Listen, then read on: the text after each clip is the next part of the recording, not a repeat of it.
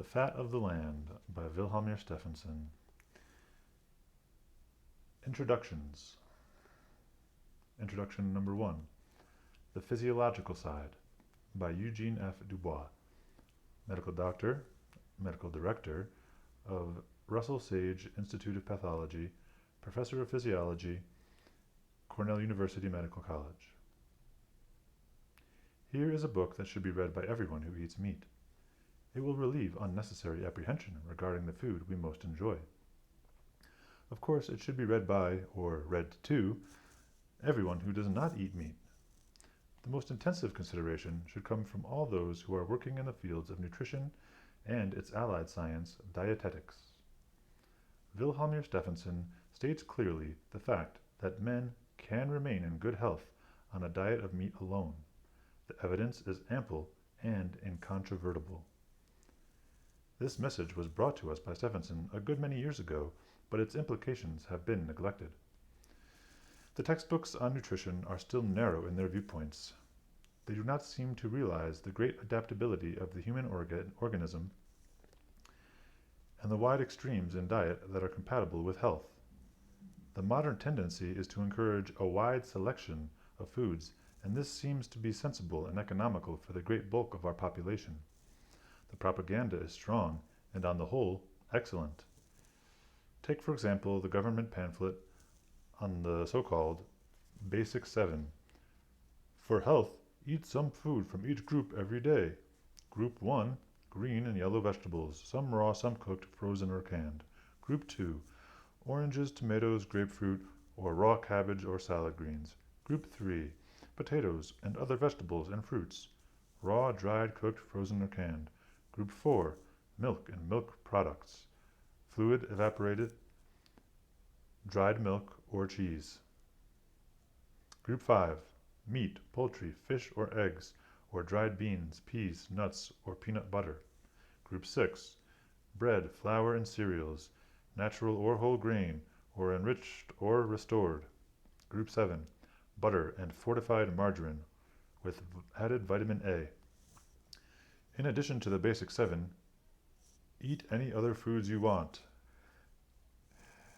U.S. government chart. It is startling when we learn that large groups of active hunters in many parts of the world subsist on nothing but a small subdivision of Group 5. It is not quite as startling when we consider that the vegetarians live comfortably on all the groups except this very part of number 5. The strictest vegetarians also exclude Group 4 and butter in Group 7. Physicians will note that those who live on meat alone metabolize a mixture of protein and fat that corresponds exactly to the materials that were metabolized by patients with moderately severe diabetes in the days before insulin was available. Evidently, the danger lay not in the mixture ordinarily metabolized, but in the exacerbations of the disease that changed the moderately severe to the very severe type. The normal hunters and explorers were entirely without this danger. The student of vitamin deficiencies will find in Not by Bread Alone, this book, much food for thought and very little that will conform to his previous ideas. Quite evidently, we must revise some of our textbook statements.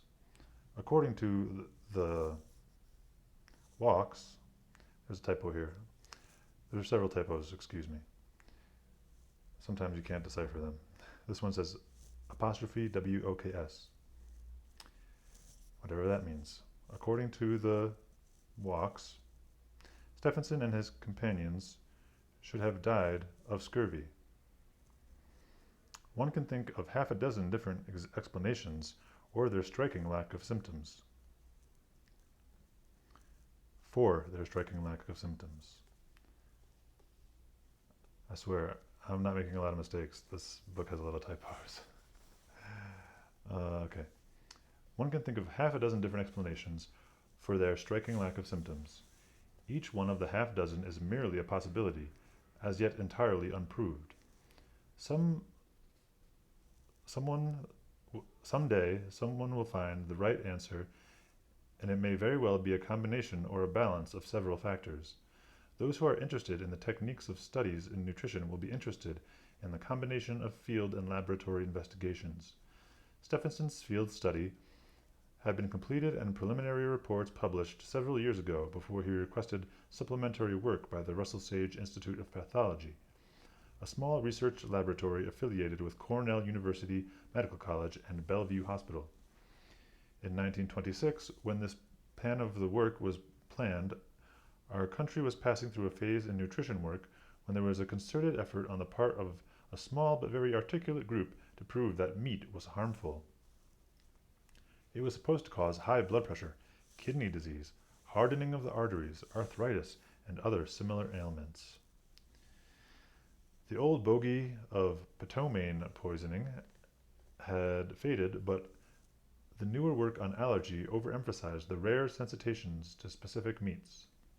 In addition, there was, as always, the host of vague prejudices of religion, humanitarian, or aesthetic nature.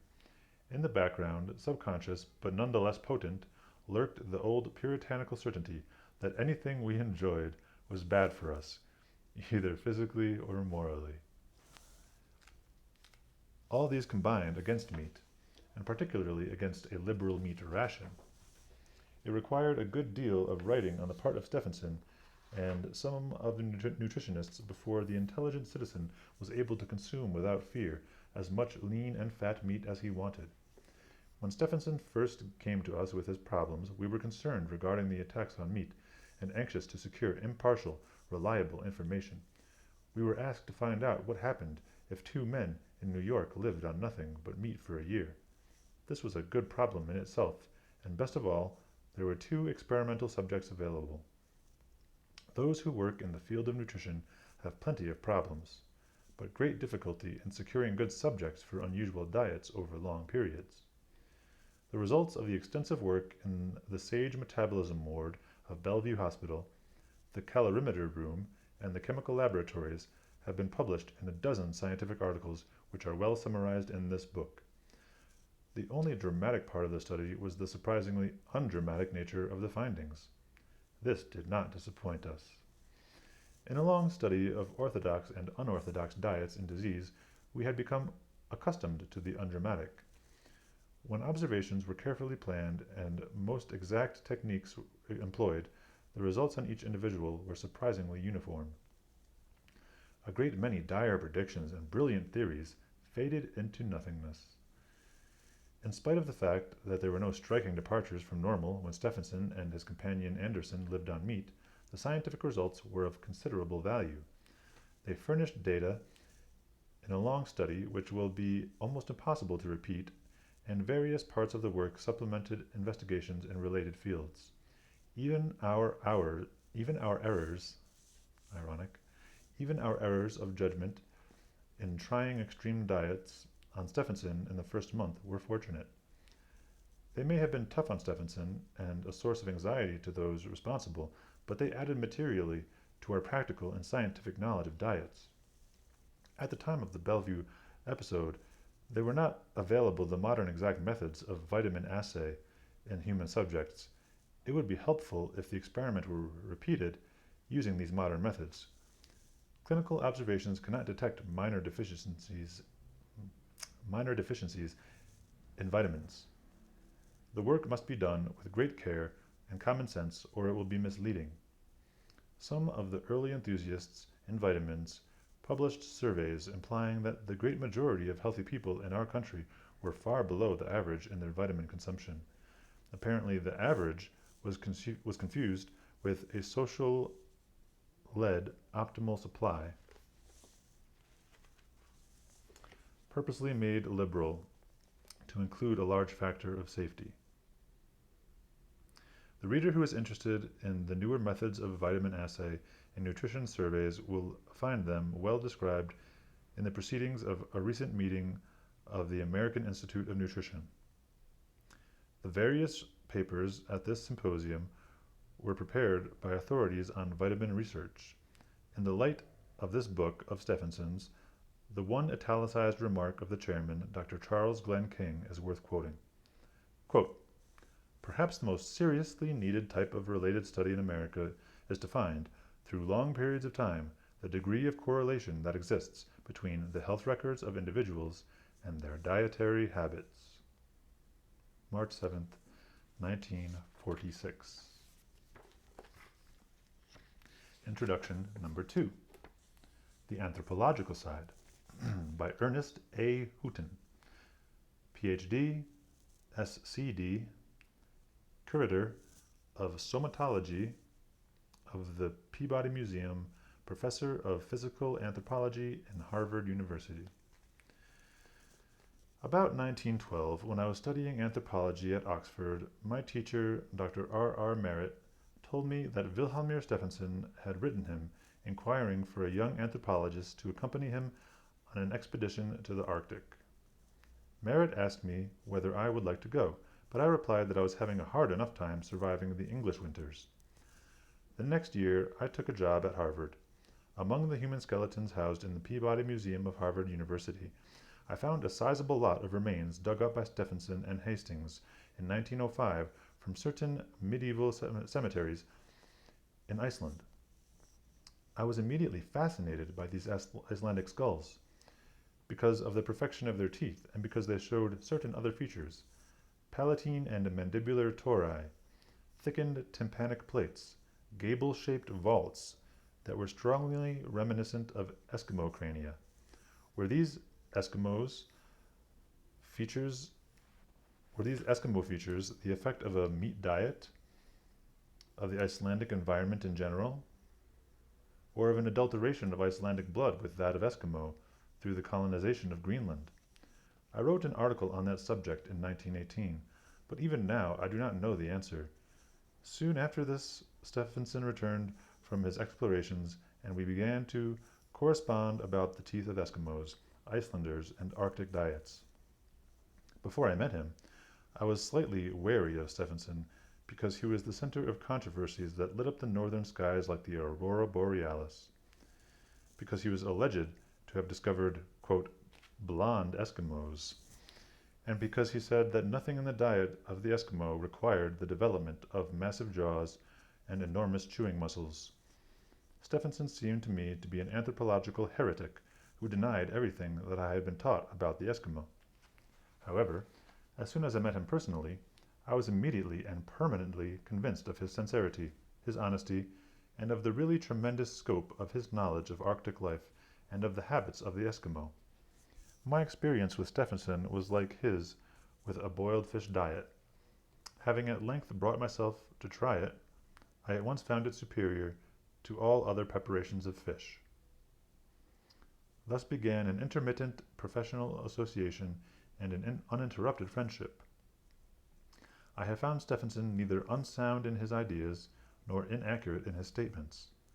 I have never met a man who, in both public and private utterance, displays less rancor against those who have attacked him, or who is more willing to give credit to his adversaries for scientific accomplishments and good intentions. He is a severe critic of his own theories, quite ready to change his mind when his views are conclusively refuted. I have gone to the mat with Stephenson about all of his facts and theories that seemed to me questionable. He has always come out on top. What he says in this book about the jaws and teeth of Icelanders and Eskimos is, to my knowledge, correct. What he says about meat diet is convincing to me. I saw Stephenson at various times during his experiment of living for 12 months exclusively upon that diet, and he seemed to me to be in good health, although not perceptibly better than usual. This book is a fair and honest presentation of a powerful case. Stephenson seems to me to have established most of his contentions. I doubt that my judgment is seriously biased because I like meat and have little faith in dietitians. February 14th, 1946. Coming up next, separate video, Chapter 1, Preliminaries and Speculation.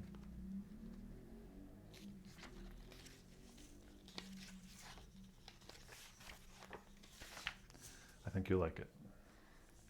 See you soon.